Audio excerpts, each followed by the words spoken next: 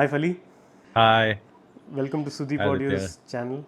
It was actually supposed to be at a cafe coffee day from the one that I visit quite often next to the beach. It was supposed to be there. Yeah, but I think audio quality wise, this will be much better. For sure, Yeah, definitely. and you're well known in the sound engineering circuit in India, and you've recently joined Shure, and you represent the Asian Yes, market, I believe, yes, the South Asia market. South Asia market.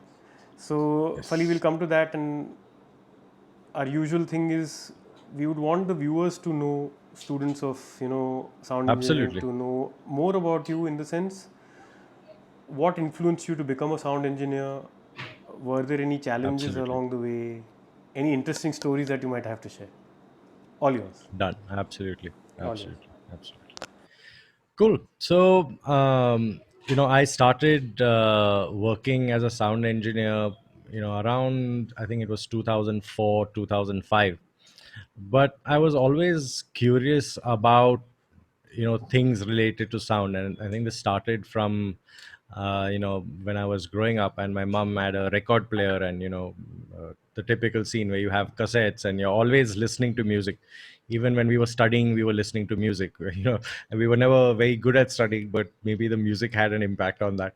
But we spent a lot of time listening to a lot of music and various genres. It used to be right from jazz to pop or whatever was being heard at that point, early 80s. And I think that played a big impact because I always tended then to be curious as to how that kind of music was being recorded. um, I started learning guitar then very shortly after that. I learned for many years, and I think that eventually transgressed to me playing with a band on stage. And I think one of the points back then was, why am I not necessarily always happy with the sound of my guitar coming through stage monitors? Or when I listen back to recordings, that were done at maybe a festival. Of course, there were not many festivals at that point. It was what was there was there. But how could I, or how could we as a band work towards making that stuff sound better? And I think from there I kind of moved towards the sound and the audio engineering part of it. So how did that happen? Because, like you, I mean, rightly said that you were not very happy with your output, but then that doesn't mean that one jumps to a technical. Yeah, but the thing was, I think I let's say to an extent, I didn't really enjoy playing guitar that much. I like when it comes to playing the guitar, I enjoyed just playing at home. I enjoyed just putting on my headphones and jamming to some tracks. I didn't really enjoy it as performing on stage. So from that point of view, and my attention basically whenever I go to a concert used to always be less on what the band is playing and more on what the band is sounding like. So this is as long back as I can remember, when I was old enough to start going for some concerts, that my attention was always drawn to what are the drums sounding like, what does the guitar sound like, and then correlate that to kind of music that I grew up with, so and I think that fascinated me a little more.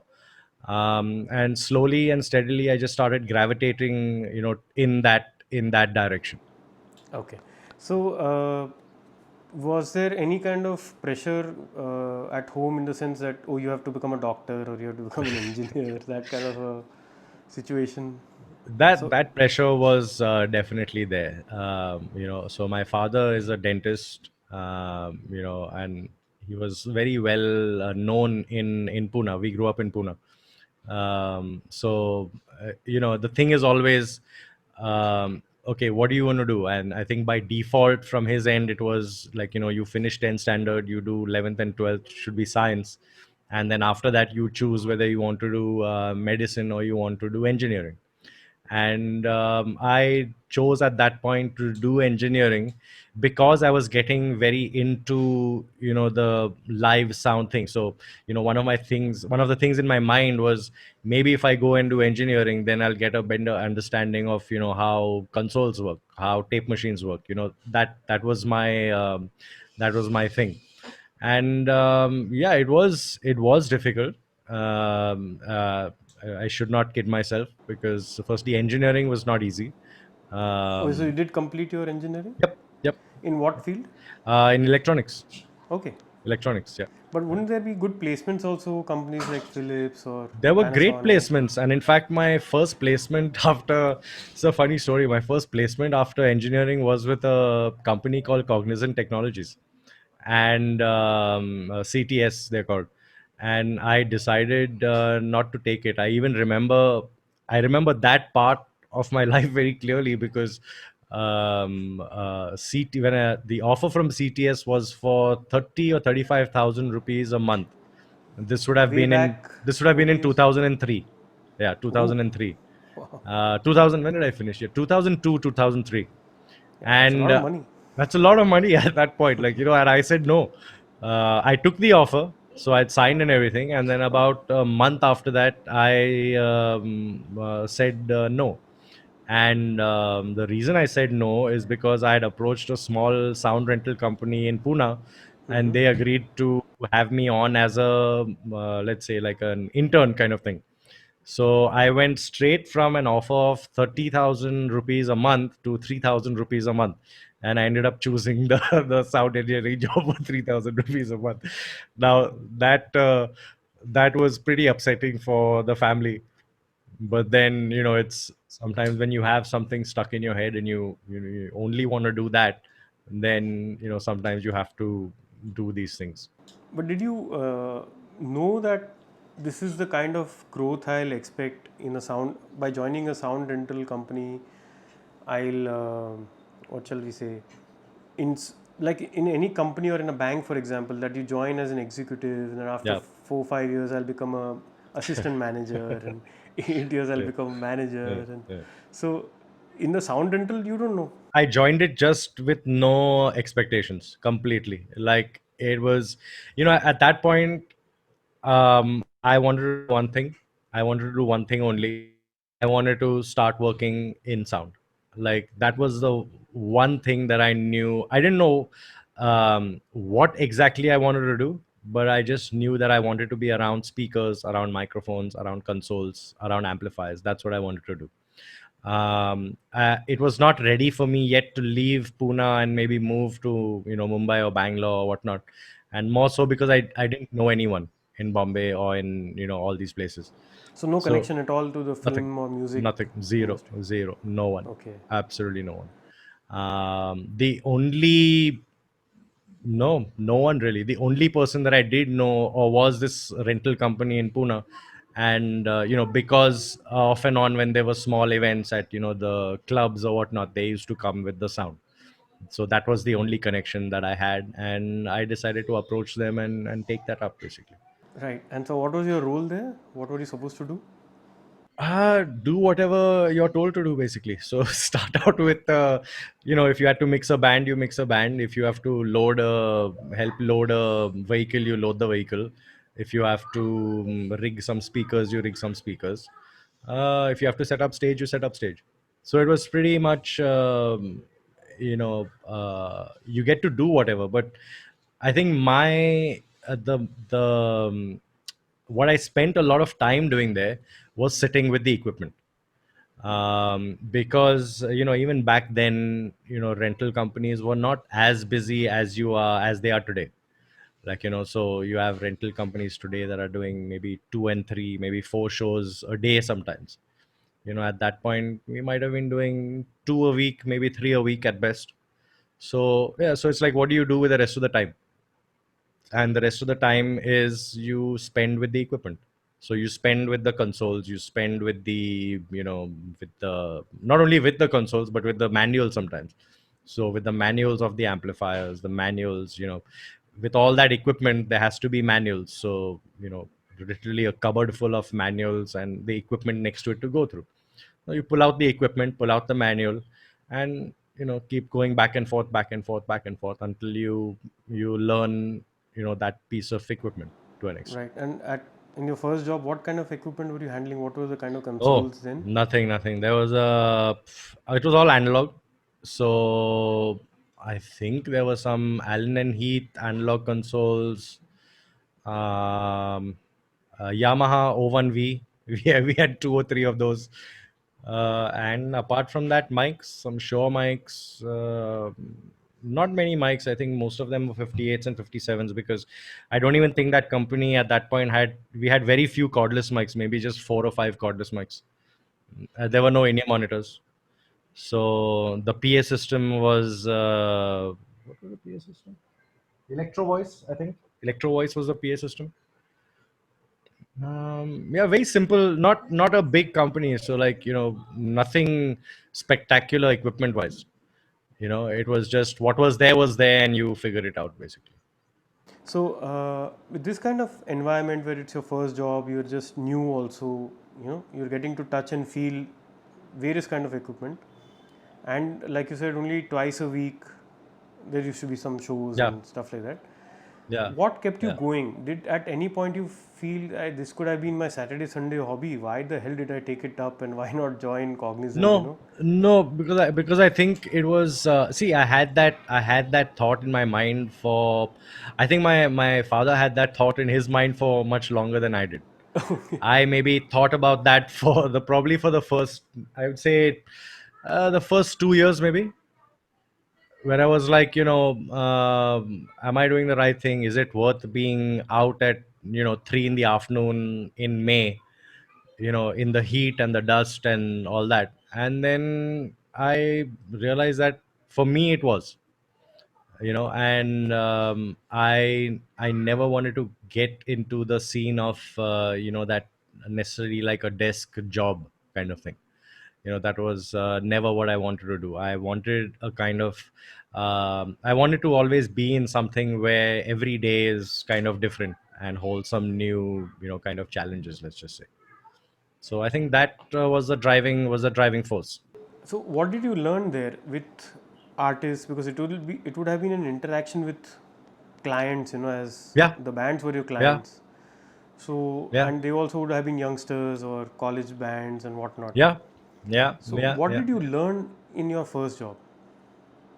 I think it was just to make things work and try and get as close to sounds or mix wise as possible to what I used to hear when I was growing up. So it used to be, if I take bands or what my mom used to listen to, used to be everything from like Earth, Wind and Fire to Elvis to the Beatles to all of that stuff.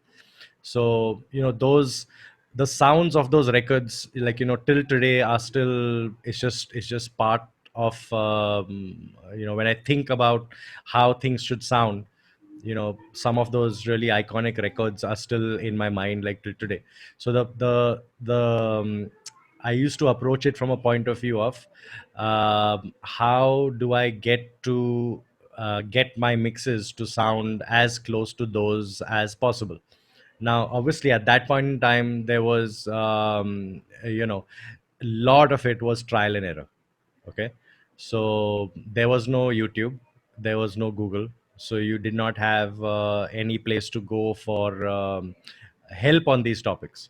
you know so the Yamaha, what is that book, the um sound system reference, so that was my go to book for a very very long time. So and that gives you basically all the things you need to know about speakers, speaker systems, microphones, how to EQ, your dynamics part of it, all that kind of stuff. So I spent a lot of time just figuring things out basically, because there were no people to turn to at that point. Right. So, Fali, when you were there for a few years in your first job, post that, how did you decide to move to the next, and what were the steps you took? Because this kind of input will help a lot of viewers also understand Yeah. how they can mold their careers, in this field. So I worked at this rental company from 2002 till the mid 2003. So not long, about maybe a little over a year, maybe 2 years at the most. Okay. And at that point, then I knew that I was ready to learn more. Okay. So that being said, I think at that point, FTII was the only place in India that you could go as an audio school. Okay. But I did not want to get into films. So I didn't want to go down that route. So what I actually did was I went on. I think at that point the only search engine was Yahoo. So I went in Yahoo and I typed in cheapest sound engineering course in the world, and one place one place came up, which was Recording Arts Canada. So this is a small place. It's about 2 hours away from Toronto City. And I was like, mom and dad, what about this place? It's um, this is the most affordable one that I could come across. So what do you guys think about this? And they were like, yeah, okay, go ahead. They had, I think, given And up on you in the sense that now yeah, he's at that going to point it stick was with like, this yeah, line. whatever, like now let's just support and see where this Correct. goes. So at that point, mid 2004 is when I left for Canada, and I studied at I think thankfully it was a good decision also, because the school was very small.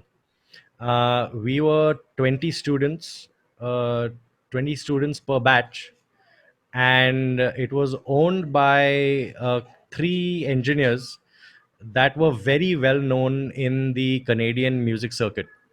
So they had done various records from Alanis Morissette to Sarah McLachlan, like a lot of the Rush, a lot of the big records over there is what they had mixed. There was another gentleman that was, he's no longer with the school, but he was working in Japan for many years doing ADR. His ADR was, you see these cartoons which come on TV, the Japanese cartoons, and they're dubbed into various languages. He was doing that for about 25 years before he decided to return to Canada. So he was like pretty much an ADR king, because you're dubbing Japanese cartoons with Japanese mouth movements, and you're kind of correlating and syncing that to an English dubbing. So these three or four teachers that we had, in fact, one of the other people we had was Martin Pilchner, who's the owner of Pilchner and Schustel, the audio company that I believe are one of the guys that have designed Yashraj Studios. Okay. So yeah, so That they those people. yeah, Okay. yeah. So Martin was the teacher on acoustics. So we had, it was a very small bunch of students, but with some supremely talented and very well established teachers. It was not in the city. It was in some farmhouse kind of thing, which one of them had bought. So in the basement of that was the studios, Studio A, Studio B. And on the ground floor was the computer class, basically. That was the school, so nothing really fancy. So in a way, this was perhaps the first studio you have ever seen Yeah. Yeah. after Pune, Yes. Yes. and Yes. I think Yeah. Yahoo gave you a good result Yeah, it was in the because search. it was purely from the fact of what can we afford to pay, Correct. and at that point it was not much. Yeah.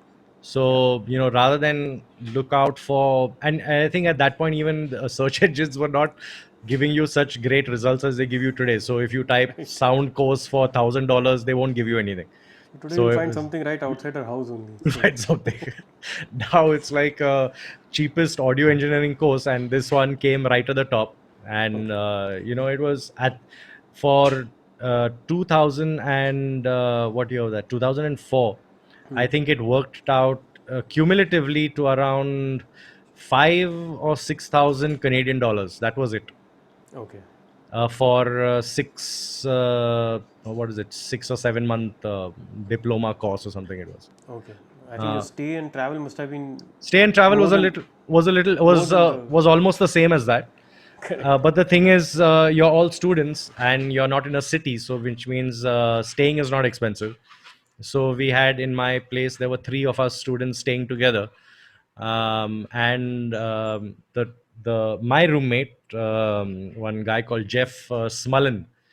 So Jeff works for CBS News now, and he's part of their sports.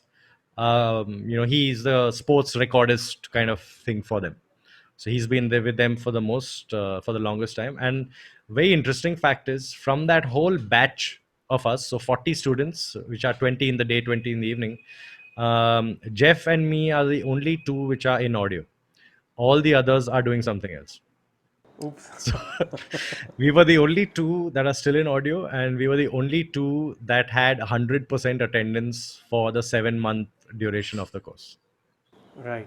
So, in a way, your experience teaches us that it's primarily your inner drive and passion only that can take you forward in this field, right? There's no question about it, because if you don't like it, if you don't there has to be a reason why someone is willing to be outside in the afternoon, battling with, not, I wouldn't say battling, but with cables and speaker systems and consoles, if you did not like it, you know Correct. um, And you because cannot force yourself you cannot to, force yourself to do it. Yeah, yeah, yeah, you can't. yeah, yeah.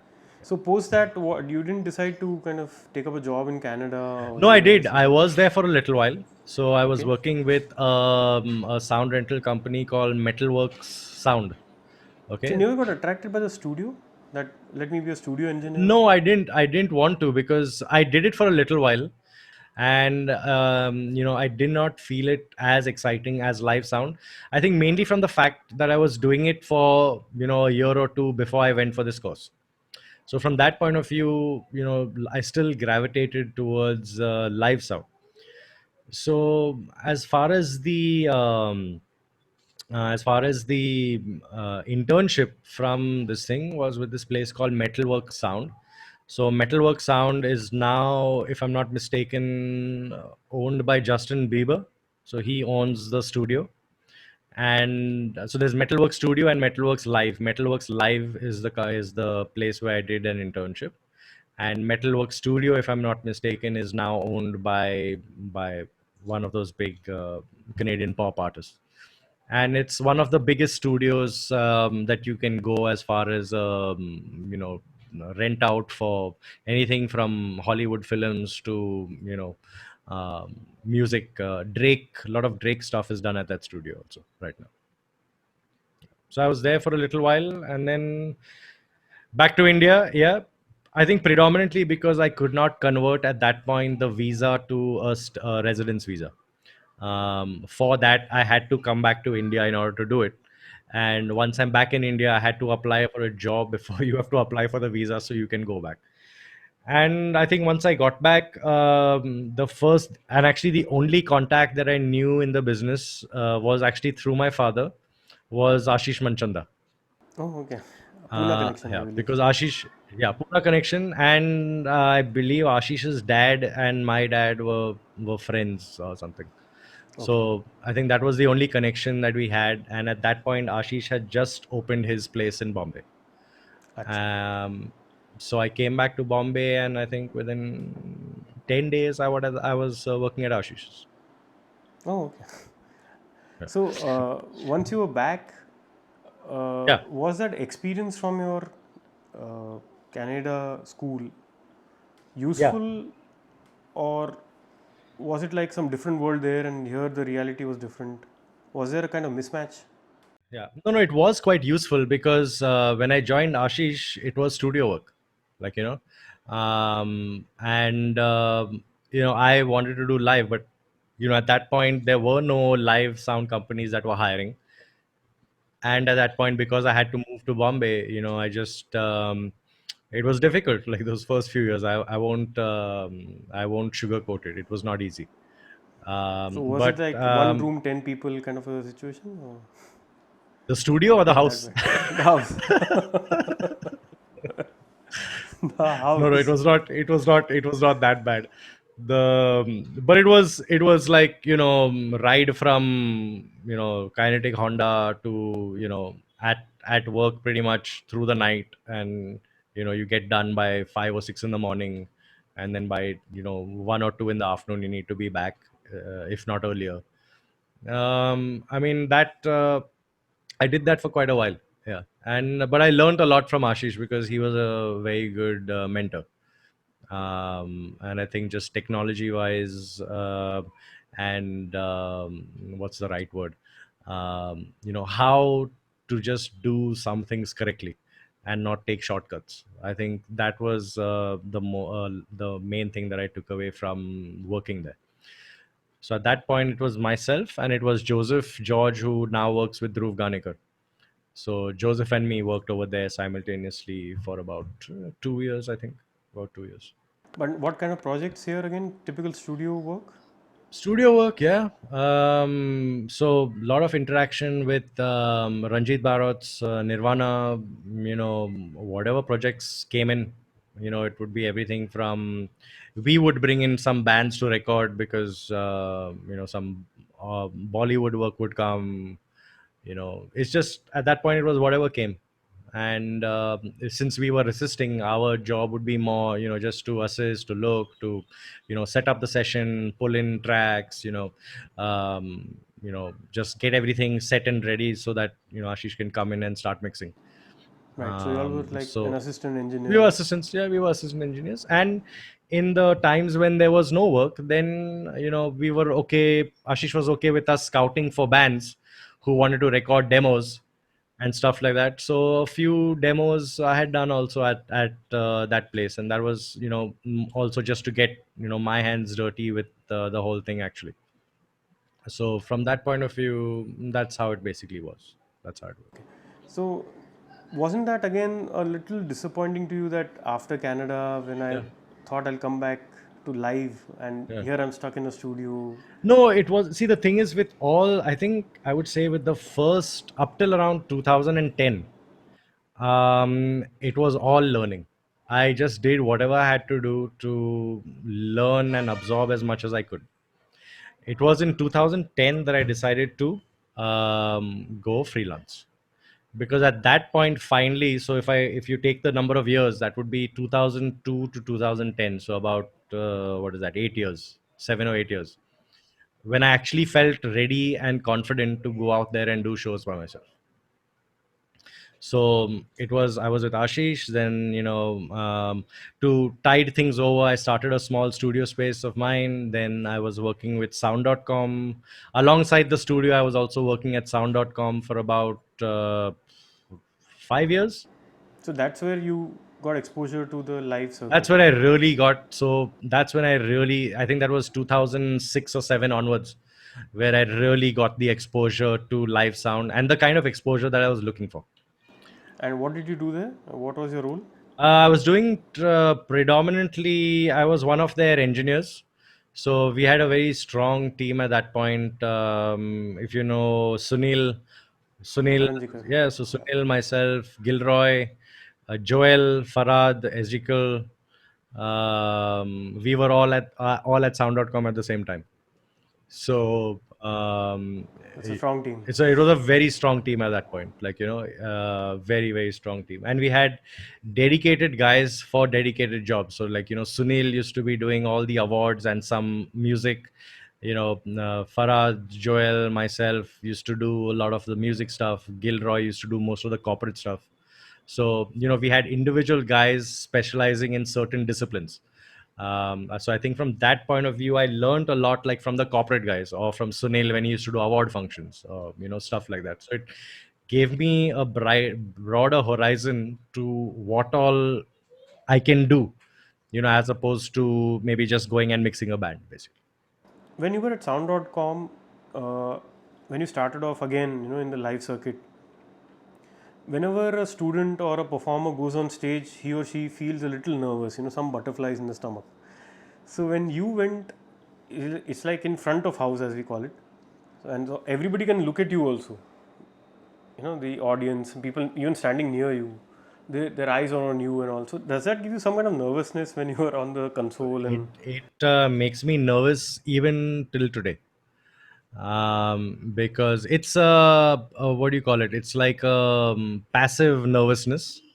It's more like in my mind, I'm thinking, have I gone through everything I needed to go through? Are all my snapshots in order? Do I remember all my cues?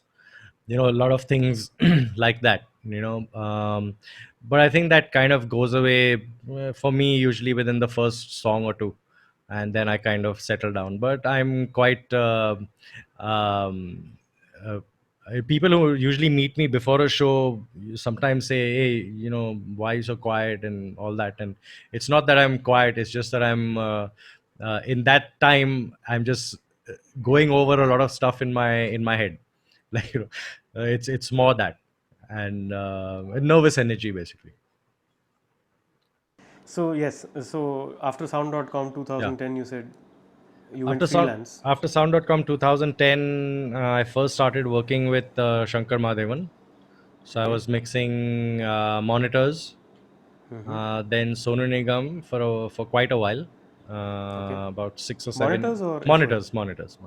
Okay. I think at that point also, when I was ready to go freelance, there were not many front of house jobs. That was the first thing, and the application of a monitor engineer was not even known. There were no bands in this country that had monitor engineers. Yes, it was a new It was concept. a new concept, and it was something I was exposed to a lot, because when we did, say, Independence Rock, the music festival, they always had monitor engineers. And at that point, Dwayne from Roger Dragos, who was with Yes. who's with Audio Technica now, Dwayne worked front of house, and Bruce, who's now with SNL Pro, mixed monitors. Okay. And those shows used to be some of the best shows that I had ever.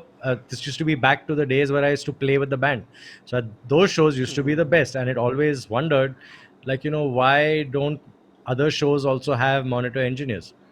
Right. And I think when I decided to go freelance, the only jobs which were available were for freelance monitor engineers, Okay. and that's where I got started. Right. So now, for the benefit of the viewers, when you Hmm. say I decided to go freelance, Yeah. you can't just, it's not like some hoarding a Jew circle which says, hey, I'm No. freelance. No.